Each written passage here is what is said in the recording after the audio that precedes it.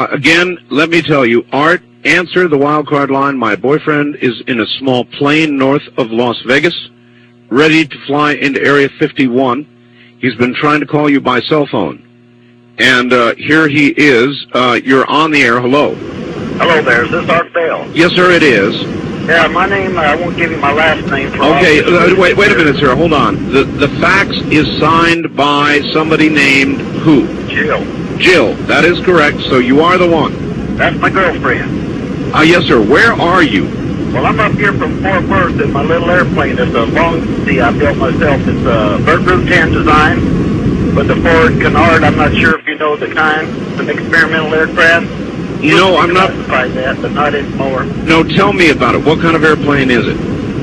Well, it's a long easy. It's got 120 horsepower like homing in it, but we had it bored and stroked and fixed it up a little bit. It usually flies around 140 to 160 indicated airspeed. I'm right now at 7,000 feet. You know where this place called Indian Springs is? Indian Springs, yes. Yeah. Well, I've been flying now for about 49 minutes here between Beatty, is that what you call it, and Indian Springs. And I figure I'd just go on up here and try to get into this Area 51. I'm right south of this Nevada test site, or Nellis Air Force Base. Listen. And I'm right outside this restricted zone. Listen to me. When you fly into that zone, yeah, they are going to either force you down or shoot you down. Don't you know that? Well, you know, I've been in a lot of Air Force bases, and I've been in the Air Force for many years. I'm an ex-Air Force, but I'm just going to tell you that, you know, as American citizen, we have the right to know what's up there in this Area 51. And I've been listening to you boys talk about this. Hold on here, I'm making a turn. Just a second here. And I'm going to go on up there and see what's going on. And I just wanted to let you know about that before I do that, don't you know? How long do you estimate it's going to be before you... I figure about 12, 14 minutes. I can crank this baby up a little bit here. Let's do that. Let's crank this thing on up. We've got some pretty good mountains here off to my west, don't you know? I'm turning up north right now, and I can see the Air Force base out there in the distance. It's got 3 runways. It looks like they're all lit up. And A-shaped. It's like north-south. Got a lot of desert up here, don't you, boys? A lot of desert, yes. A lot of desert. You're liable to get yourself killed. I'm sorry, sir, you have to speak so loud. I cranked this engine all the way up here. I said you're liable to get yourself killed. Well, we'll get up there in a few minutes, yeah, and we're just going to see what's going to happen, because this is I've got Red Crosses painted on this baby, and I got hospital on it, see? And maybe they're going to think that I'm on some kind of a mercy flight and I'm just off course. And I've got the radios cut off, so you can have radio failure, don't you know? And so I'm going to hold this thing steady here about around 65, 6,800 feet. Why are you doing this? Why are you doing this? I'm going to get to the bottom of this. I'm American. My family has been American for years, and I want to get down in here and I want to find out what's happening. All right, then why are you doing it at night? Because that's the best way to get in here. But even if you manage to overfly the area, I'm in the restricted zone. I just entered the restricted zone. I see a bunch of lights out there. Looks like some kind of a searchlight coming on. You're in the restricted zone now? I just crossed that restricted zone. I'm going to drop this baby down. I'm telling you, you're going to get shot down. Hold on here now. I got my pressure suit on. I don't really need one of this kind of aircraft. It's not like a jet, but it helps to, when I make some tight turns here. And I'm going to cut down here. Now, let's see what these boys are going to do. I don't see anybody coming up here yet. I just see a bunch of lights. But I'm pretty far from that Area 54, and I'd figure about another 8-9 minutes here. And it's hard to calculate it right now trying to talk to you. I'm trailing an antenna out here about 30 feet so I can keep this phone conversation. If we get cut off, then... But I'm going to go up here and see what's going on. They say there's a bunch of UFOs and there's all kind of things out here. And I want to get this baby right down here about 1,000 feet. And we're going to see if there's any UFOs or anything out here, what's going on. Listen, I think you're making a mistake. Well, sir, I might be, but, our tax dollars pay for all this. And these boys, they've been hiding everything under all this black project and all this grave funding and all this kind of thing. Sir, hold it. Don't you think that we have a right to national security secrets?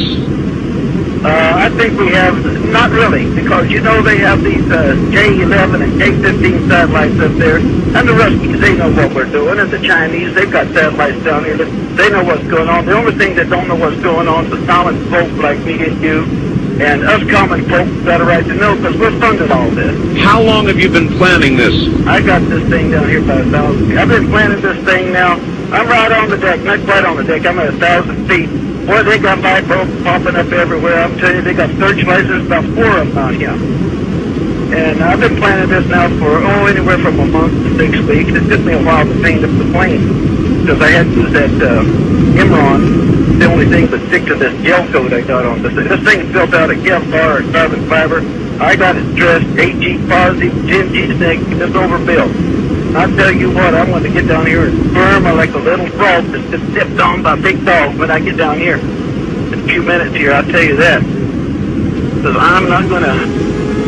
Hey, looks like there's a F-16 coming up here. I wouldn't be surprised. You're making a mistake. He's scrambling somebody down there. He's got some afterburners on because I can see him. He's about 5 miles out. That old boy is cranking. Yes, sir. And I see something opening up here on the ground. It's I'm pretty low now. I'm starting to pick up all kind of buildings down here. I see something here is level with the ground, and they're opening this thing up. There looks like something's coming up out of that. I can't tell you what it is. It must be on some kind of a. Hold on here. I gotta make this turn. All right. I think this old boy's gonna head up here for me. I wouldn't be surprised. Oh, he's going to be up here right directly because he's in the F-16. Sure as hell. He's coming to hold on here. I would advise you to turn your... Please, we get this. I would advise you to turn on your radio. Come on, baby. Come on, baby. Come on, baby. We can do this now. Come on here. Hold on. This old boy's coming up here. Now, he's got his lights. He's got his lights on and he's flashing me. Yeah, he's probably... All right, I'm waving at him. No radio, no radio.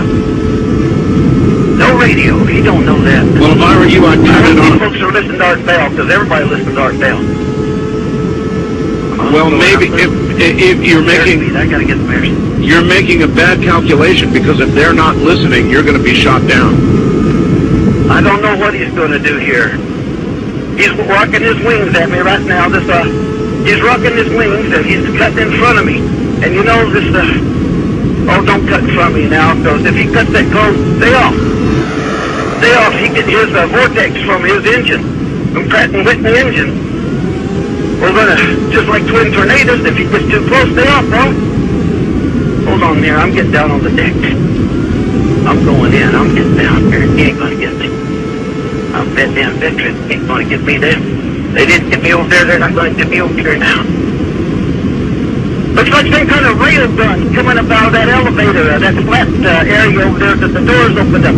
It's got some kind of a weird-looking barrel on it with a light. And, oh, hell, they're doing something. They're shooting at me now.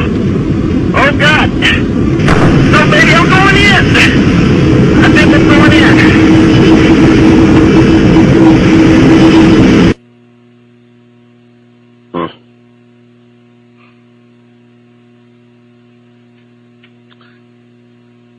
Well, I'm not sure what we just heard.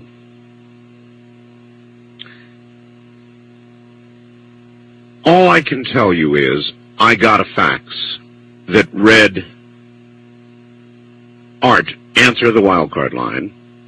My boyfriend is in a small plane north of Las Vegas and ready to fly into Area 51. He's been trying to call you by cell phone.